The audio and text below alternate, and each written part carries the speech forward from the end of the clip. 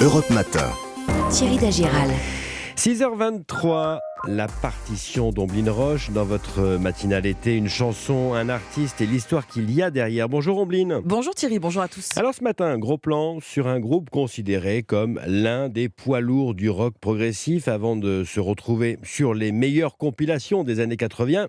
Eh bien, les musiciens de Yes ont fait les grandes heures de ce genre pétri d'ambition symphonique. Effectivement, donc avant de mettre tout le monde d'accord avec le titre Owner of a Lonely Heart, et on va y revenir, Yes est une authentique démonstration de virtuosité technique, un projet construit autour des harmonies vocales soutenues par une solide base instrumentale.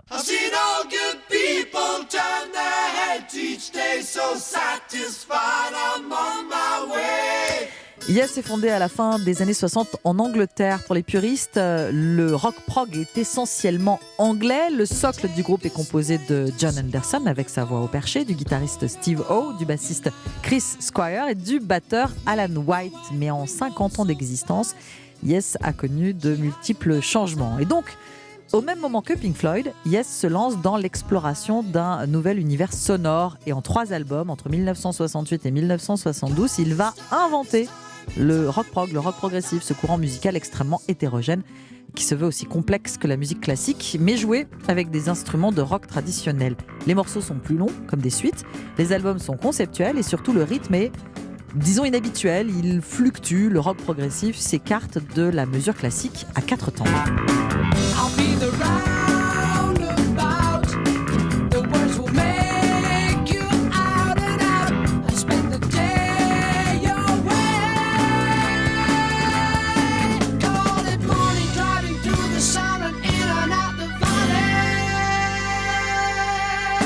Le rock grandiose de Yes est à son apogée lorsque sort le disque Tales from Topographic Oceans en 1974. L'œuvre majeure du groupe, follement épique, c'est un double 33 tours avec une seule piste d'une vingtaine de minutes sur chaque face. Alors on a l'impression, Omblin, que le groupe est sans cesse dans la surenchère. Voilà, produire à chaque fois un disque plus performant que le précédent, toujours plus technique, quitte à perdre une partie de son audience. Suit alors une sérieuse période de doute qui mène les musiciens vers une inévitable séparation.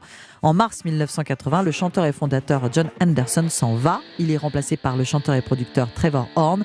Yes laisse tomber les morceaux à rallonge et décide de se concentrer sur un rock plus pop, plus tendance et dansant. L'album 90-125, 90125, dont le nom fait référence au numéro de catalogue attribué au disque, est un succès commercial sans précédent pour le groupe.